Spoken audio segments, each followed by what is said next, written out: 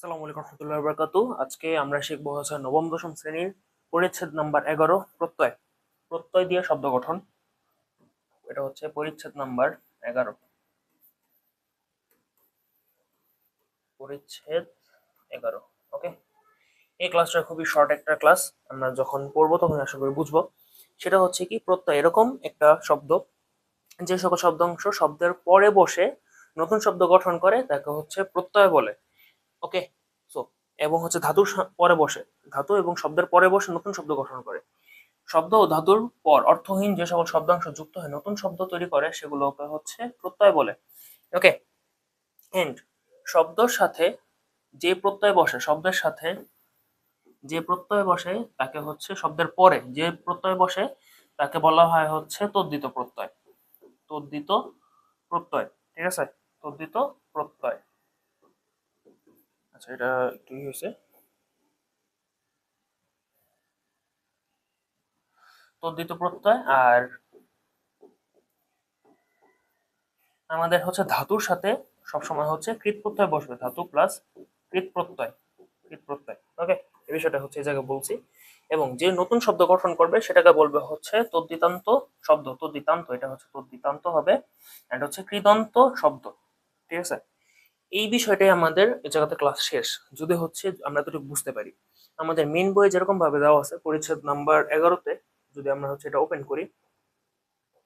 ওকে, এই যে এই জায়গায় যে বিষয়গুলো আলোচনা করছে আমি একটু মার্ক করে দিই।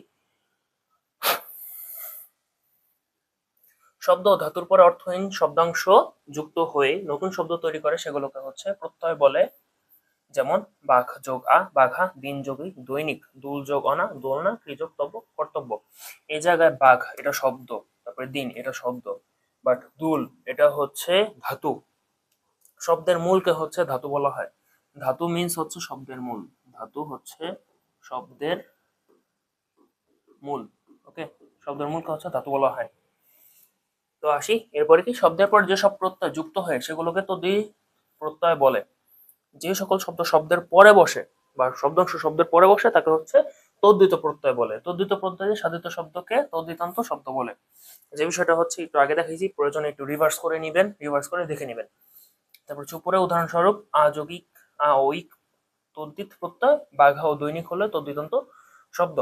অন্যদিকে ধাতুর পরে যে প্রত্যয় বসে সেগুলোকে হচ্ছে কৃত প্রত্যয় বলে।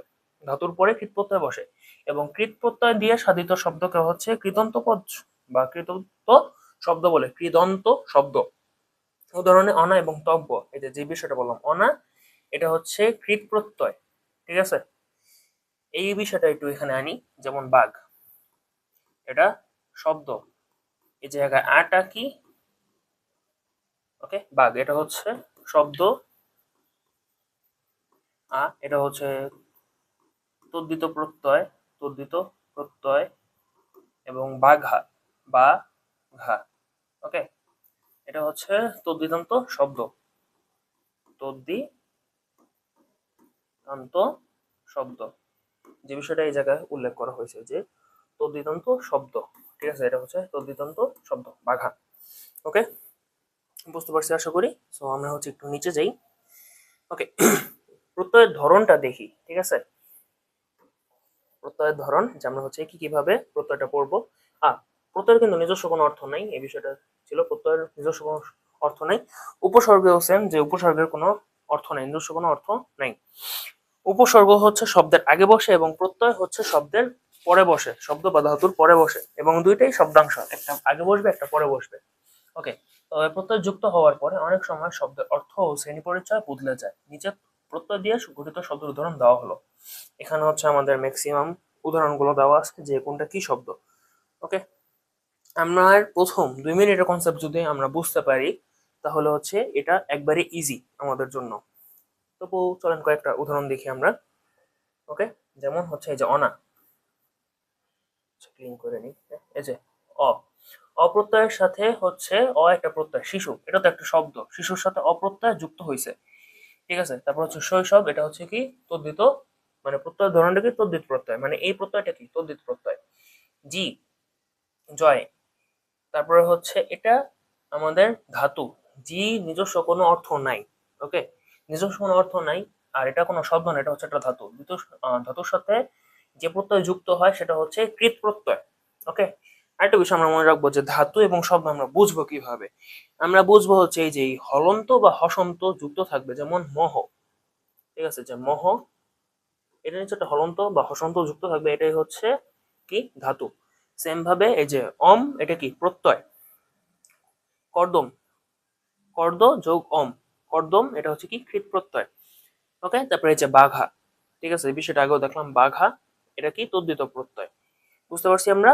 সেম ভাবে এই যে ঢাকা, ঢাকা যোগাই, ঢাকা একটা জায়গার নাম, ঢাকা এক নিজস্ব একটা শব্দ, এটা নিচে কোনো হলন্ত বা হসন্ত নাই।